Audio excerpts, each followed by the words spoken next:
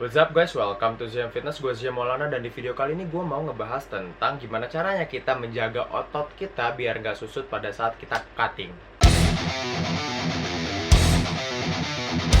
Banyak banget para pelaku fitness tuh yang takut pada saat mereka cutting. Mereka takut ototnya tuh susut atau ototnya tuh hilang. Otot yang udah dibangun berbulan-bulan hilang gitu aja pada saat cutting. Apa benar pada saat kita cutting otot kita pasti hilang? Menyusut atau enggaknya otot pada saat cutting tergantung sama banyak indikator. Misalnya body fat level atau level fitnessnya, kalori intake-nya, kurangnya nutrisi, dan juga berapa lama ngejalanin cuttingnya, dan masih banyak faktor lainnya. Nah, di video ini gue mau ngasih beberapa tips untuk menjaga otot kita pada saat kita cutting agar tidak katabolik atau deplete atau menyusut. Tetap latihan beban. Banyak orang yang berpikir ketika mereka cutting mereka harus perbanyak kardio dan mengurangi latihan bebannya. Itu nggak sepenuhnya salah, tapi juga kurang tepat. Kenapa? Karena pada saat kita cutting harusnya kita harus memberikan stimulasi ke badan kita bahwa kita ini masih memerlukan otot itu untuk dipertahankan dalam badan kita. Jadi dengan cara apa? Dengan cara kita tetap latihan beban. Latihan beban yang secukupnya, akhirnya badan terstimulasi dengan kita nih masih membutuhkan otot ini nih untuk kehidupan kita sehari-hari. Jadi meminimalisir masa otot kita diambil menjadi energi pada saat kita kalori defisit. Yang kedua, kurangilah volume latihan kalian. Banyak orang yang ketika cutting itu programnya diubah jadi high rep dan bebannya itu biasanya ringan. Mungkin buat chest the pump.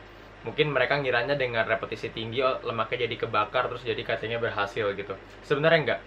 Semakin banyak volume, yang berarti volume itu artinya set dikali rep dikali beban. Berarti kalau kalian turunin bebannya dan naikin repetisinya, otomatis volumenya meningkat.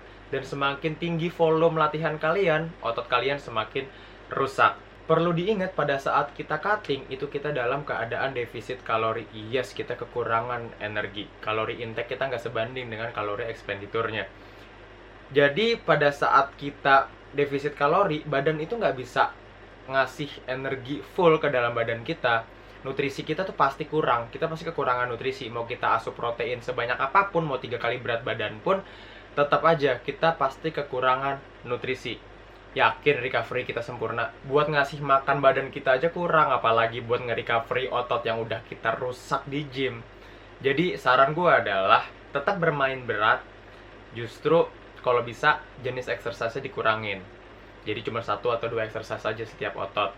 Dan repetisinya kalau bisa mungkin sekitar 8-10 rep. Nggak usah lah kejar sampai 15-20 rep. Yang ketiga, tambahin frekuensi kalian.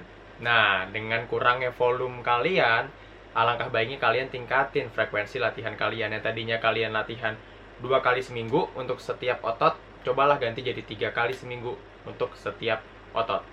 Dengan kurangnya total volume latihan kita kan otomatis kita lebih gampang recovery-nya. Otot kita tuh makin cepat recovery-nya. Jadi alangkah baiknya sehabis recovery langsung kita hajar. Habis recovery kita hajar lagi.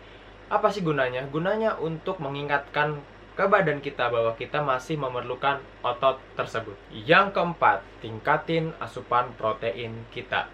Yes, gue tahu pada saat kita kalori defisit pasti susah untuk menambah asupan protein ketimbang pada saat kita bulking. Tapi memang mau nggak mau pada saat kita cutting atau defisit kalori, makanan kita tuh harus lebih bersih.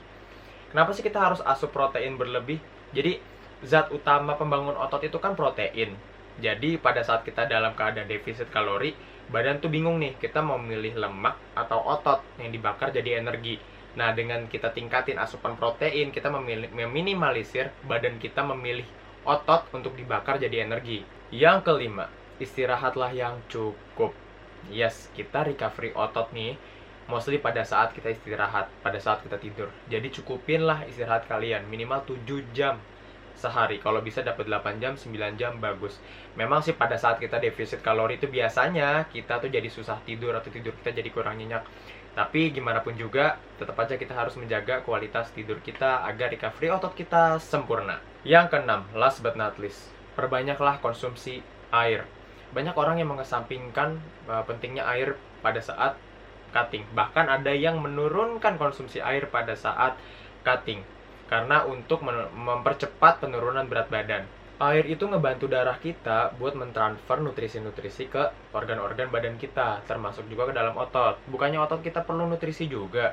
Pada saat defisit kalori, pasti kita tuh mengurangi konsumsi karbohidrat dan sodium kita, baik disengaja maupun enggak. Nah, dengan nggak adanya atau berkurangnya kadar gula dan sodium dalam badan kita, berarti zat-zat pengikat air dalam badan kita tuh berkurang.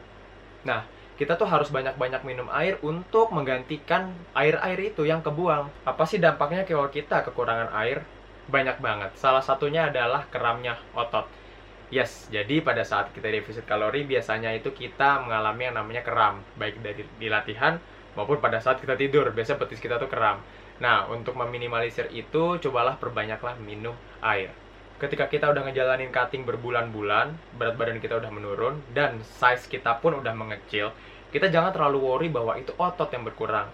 Jadi, dalam badan kita itu kan yang membalut tulang itu kan ada dua, ada lemak dan ada otot. Jadi, size kita segini nih, yaitu ada otot dan ada lemak juga. Jadi, misalnya lemak kita berkurang, otomatis overall secara keseluruhan, badan kita pun bakal mengecil. Jadi jangan terlalu worry bahwa itu otot lah yang berkurang. Ngebentuk otot susah, ngebuangnya juga susah.